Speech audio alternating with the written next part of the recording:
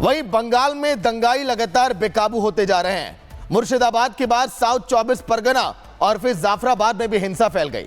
वक्फ के नाम पर बवाल लगातार बढ़ता चला जा रहा है। बंगाल की पुलिस पर लगातार बवाली होते चले जा रहे हैं।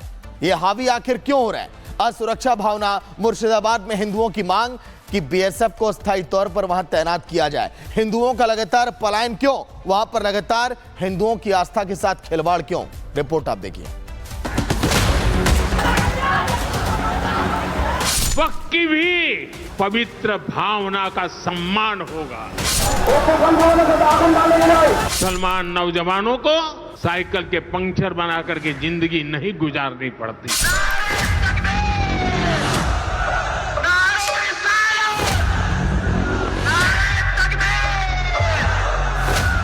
अपने घरों में ना बैठे, अपनी शरीयत को बचाने के लिए सड़कों पर निकले।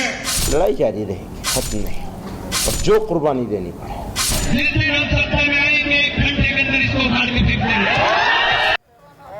वक्फ बिल पर मौलानाओं की मुसलमानों से भड़काऊ अपील। 4 बेटों में से 2 बेटे पर्सनल लॉ बोर्ड के हवाले करने को कह रहे हैं।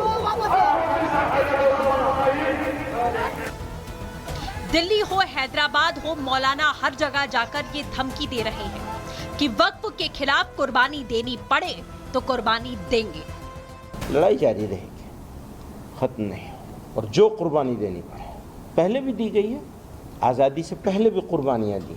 अगर लड़ना पड़ेगा लड़ेंगे, सब्र करना पड़ेगा सब्र भी करेंगे। वक्फ कानून देश में लागू क्या हुआ मानो उन लोगों का सब कुछ लुट गया जो मजहबी दुकान खोलकर बैठे हुए थे। इसमें कई लोग ऐसे भी होंगे जो खुद वक्फ के नाम पर करोड़ों की जमीन पर अपना झंडा लगाए बैठे होंगे। अब कानून बना है तो जांच होगी, जांच में सच सामने आएगा तो एक्शन भी होगा। बस इसी बात से परेशान होकर हर बार की तरह इन लोगों ने मुसलमानों को बरगलाना शुरू कर दिया। दीदी अब भी वक्फ को उखाड़ फेंकने की बात कर रही हैं, तो उनके नेता दिन ब दिन उनसे भी एक कदम आगे बढ़ते जा रहे हैं। अब तो नेताजी खूनी धमकी दे रहे हैं। সেই সম্প্রদায়ের সম্পত্তির দিকে যদি কেউ চোখ তুলে তাকায় তার চোখ যেমন উপড়ে নেবেন, হাত তেমন ভেঙে দেবেন। वक्फ कानून पर भड़काऊ गैंग इतना एक्टिव है कि 1 घंटे वाली धमकी तक दे दी गई है। ये लोकतंत्र है, ये राजशाही नहीं है। आप लोग बराबर नहीं हो गए आप लोग यहाँ पे जिस दिन हम सत्ता में आएंगे 1 घंटे के अंदर इसको उखाड़ के फेंक देंगे। इस कानून को वापस नहीं लेती तो इजिप्ट में क्या हुआ तारीख गवाह है। हस्नी मुबारक को बेदखल करने के लिए 1 महीने तक इजिप्ट की कौम सड़कों पर निकलकर सड़कों पर जो है बिस्तर लगा दिया था। इतना ही नहीं, झारखंड सरकार के मंत्री हफीजुल हसन अंसारी का कहना है पहले शरिया फिर संविधान। ये तो छोटा सा सैंपल है कि कैसे मौलाना हो या विपक्षी नेता, सबके हाथों में एक जैसी स्क्रिप्ट नजर आ रही है और इस स्क्रिप्ट के जरिए ये लोग देश के मुसलमानों को भड़काने में लगे हैं। ये तस्वीरें बंगाल के मुर्शिदाबाद की हैं, जहां जाफराबाद इलाके में एक बार फिर से पथराव की शुरुआत हुई। केंद्रीय बल पर पथराव किया गया। इस वक्त हम लोग हैं मुर्शिदाबाद जिला के अंदर जो जाफराबाद एरिया पे, और यहाँ पे देखिए बीएसएफ जवानों का जो रूट मार्च चल रहा है। बीएसएफ जवान की संख्या काफी बढ़ गया है क्योंकि कुछ देर पहले इस जाफराबाद में वापस कुछ लोग अटैक करने का कोशिश किया पुलिस और सरकारी गाड़ियों को।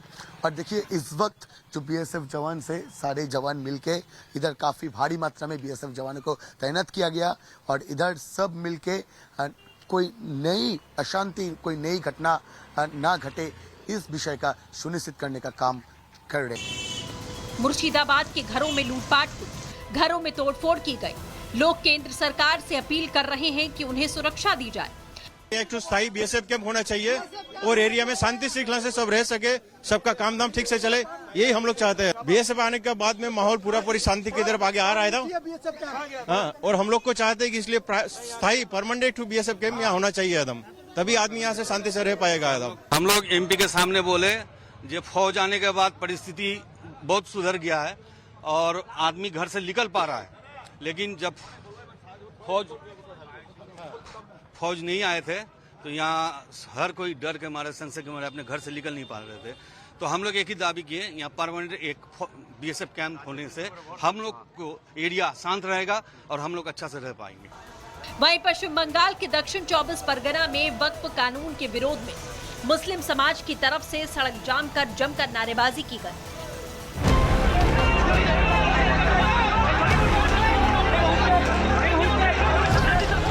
तस्वीरें बंगाल के भांगौर की, जहां वक्फ कानून के विरोध में आईएसएफ और पुलिस में भयंकर झड़प देखने को मिली।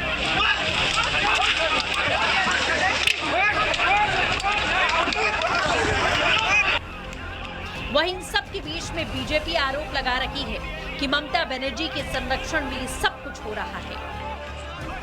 देखिए, बंगाल की हिंदू समझ चुके हैं कि ममता बनर्जी बंगाल को पश्चिम बांग्लादेश यानी बांग्लादेश लाइट वर्जन तैयार करने में समर्थ हो गई है। अब बांग्लादेश ओरिजिनल वर्जन ना हो, इसके लिए हिंदुओं को एक साथ मिलकर लड़ना पड़ेगा और डेमोक्रेटिकली लड़ना पड़ेगा। ये बहुत जरूरी है। हम वादा करते हैं बीजेपी के क्षमता में आने के बाद, बीजेपी के पावर में आने के बाद ऐसी घटना अगर जो घटाते हैं उनको डायरेक्ट एक्सपोर्ट करने की जो जिम्मेदारी है वो बीजेपी की सरकार की। मैं 17 तारीख हियरिंग में कोर्ट को रिक्वेस्ट करूंगा फिर 1 महीना एक्सटेंड करने के लिए। सीएपीएफ को रहना चाहिए परमानेंट पीस लाने के लिए। और जिस तरीके से बॉम्बिंग हुआ, एक्सप्लोजन हुआ, फायरिंग हुआ, इसमें अंसारुल बांग्ला और जमात का इन्वॉल्वमेंट है। पीएफआई सिमी का लोग किया है, बैन ऑर्गेनाइजेशन। इसको तुरंत एनआईए को ट्रांसफर कर देना चाहिए। बंगाल में बढ़ती हिंसा और लोगों के पलायन के बीच बागेश्वर धाम के पीठाधीश्वर धीरेन्द्र शास्त्री और हिंदूवादी नेता साध्वी प्राची के बयान ने खलबली मचा दी। हिंदू पलायन कर रहा है और इस प्रकार अगर भागता रहेगा तो वो दिन दूर नहीं है जब मध्य प्रदेश से भी हिंदू भागेगा, महाराष्ट्र से भी हिंदू भागेगा, गुजरात से भी हिंदू भागेगा। हिंदू डरा हुआ है और डराया जा रहा है, विशेष प्रायोजित तरीके से डराया जा रहा है। ये इस देश का दुर्भाग्य है, खास करके हिंदुओं का दुर्भाग्य, क्योंकि हिंदू न एकजुट है न जगा हुआ है। इसलिए ऐसा कृत्य हो रहा है, पर जल्दी ही इस पर रोक लगेगी, हमें भरोसा है। वहाँ पर 2 स्थिति लागू होनी चाहिए, या तो वहाँ राष्ट्रपति शासन लग जाना चाहिए या फिर योगी जी को वहाँ भेज देना चाहिए। हिंदुओं की हत्याएं आखिर कब तक होती रहे? बहुत पीड़ादायक। हर दिन देश के अलग अलग जगहों पर मौलाना मुसलमानों को भड़काने में जुटे हैं। मोदी, शाह और वक्फ कानून के खिलाफ मुसलमानों को एक किया जा रहा है।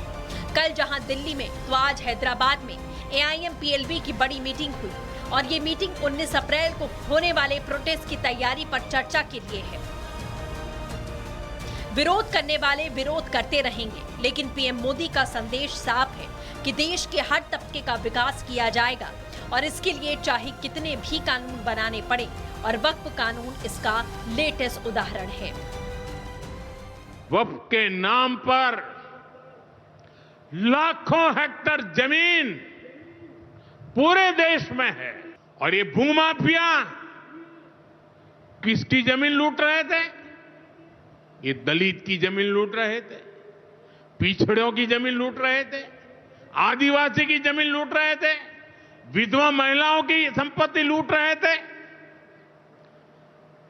सैकड़ों विधवा मुस्लिम महिलाओं ने भारत सरकार को चिट्ठी लिखी, तब जाके कानून की चर्चा आई है।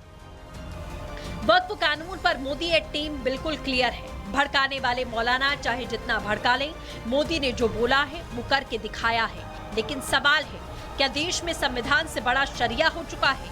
क्या वक्फ के खिलाफ बोलने पर आंखें फोड़ दी जाएंगी? क्यों वक्फ के नाम पर 1 घंटे वाली धमकी दी जाती है?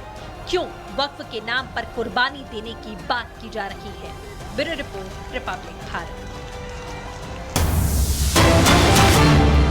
वहीं बंगाल के हालात को देखते हुए बंगाल के राज्यपाल से बीजेपी ने दखल देने की मांग की है। हिंसाग्रस्त इलाकों में हालात सामान्य कराइए। अब बीजेपी ने कहा पलायन करने वाले जो हिंदू हैं उनकी सुरक्षित वापसी हो, हिंदुओं के खिलाफ हिंसा की न्यायिक जांच हो। बीजेपी ने इस बात का भी जिक्र किया और गुहार लगाई राज्यपाल से कि हालात बेहतर किया जाए। जिन हिंदुओं ने पलायन किया, एक बार फिर सुरक्षित तरीके से उनकी घर वापसी होनी चाहिए। आपने गवर्नर सीवी आनंद बोस को एक लेटर लिखे हैं जो हालत है मुर्शिदाबाद की, इस हालत के ऊपर क्या उम्मीद है गवर्नर से? देखिए, गवर्नर साहब से हम चाह रहे हैं कि वो इंटरफेयर करे, भारत के कॉन्स्टिट्यूशन के हिसाब से जो करना चाहिए वो करे। कोर्ट ने भी बोल दिया है कि आप सेंट्रल फोर्सेस को तैनाती करो, और जहाँ जहाँ पे इस तरीके की घटना घटे ओपन है। आपने अगर वर्डिक्ट अच्छे तरीके से पढ़ा तो आप देखेंगे कलकत्ता हाई कोर्ट की सोमेन मुखर्जी का बेंच था शायद, अगर मैं गलत नहीं हूँ तो, उन्होंने बताया उनका जो ऑर्डर है बहुत ओपन ऑर्डर है। कहीं पे भी अगर लॉ एंड ऑर्डर की कमियां होती है, स्टेट गवर्नमेंट अगर नहीं कर पा रहे हैं, तो वहाँ पे सेंट्रल फोर्स डालने के लिए बोला है कोर्ट ने। तो ये बहुत बड़ी वर्डिक्ट है। इसलिए पश्चिम बंगाल में जहाँ भी कुछ होगा, मैं कोर्ट से गुहार लगाऊंगा कि आपने जब एक बार अगर ऐसा वर्डिक्ट दिया है तो सिर्फ मुर्शिदाबाद डिस्ट्रिक्ट के लिए नहीं, बाकी हर जगह में सेंट्रल फोर्सेस की तैनाती हो। और इसी की डर से आज कलकत्ता पुलिस ने बहुत अच्छी बैटिंग की।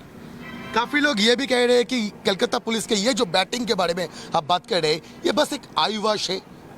देखिए, आईवाश है कि बैटिंग सही है। बंगाल पुलिस का तो ऐसा कोई रोल हम लोगों को दिखने में नहीं मिला। नहीं, अभी तक नहीं मिला। अब सेंट्रल फोर्सेस हर जगह में तैनात हो जाएंगे तो दीदी की तो नहीं चलेगी। शायद इसलिए दीदी हो सकता है कि बोला है कि थोड़ा अच्छा बैटिंग करो, राहुल द्रविड़ छोड़ के अभी धोनी बनो। अगर नहीं बन पाएंगे तो हमारे पास तो धोनी है, सेंट्रल फोर्सेस है, हम उतारेंगे और जोरदार बैटिंग करवाए। 6 के बाद 6 में होगा। एक आखिरी सवाल, वरिष्ठ जो भाजपा नेता है दिल्ली में, क्या उन लोगों से आपका बात हुआ ये मुर्शिदाबाद की हालत का लेकर? आज राष्ट्रीय अध्यक्ष जी ने मुझे फ़ोन किया था, और मैं जब उस समय वहाँ पे था, मतलब स्पॉट में था, रिफ्यूजी कैंप में था, तब राष्ट्रीय अध्यक्ष जी का फ़ोन आया था, मैं पकड़ नहीं पाया। बाद में शाम में राष्ट्रीय अध्यक्ष जी से बात हुआ। माननीय JP नड्डा जी ने पूरी संज्ञान ली है।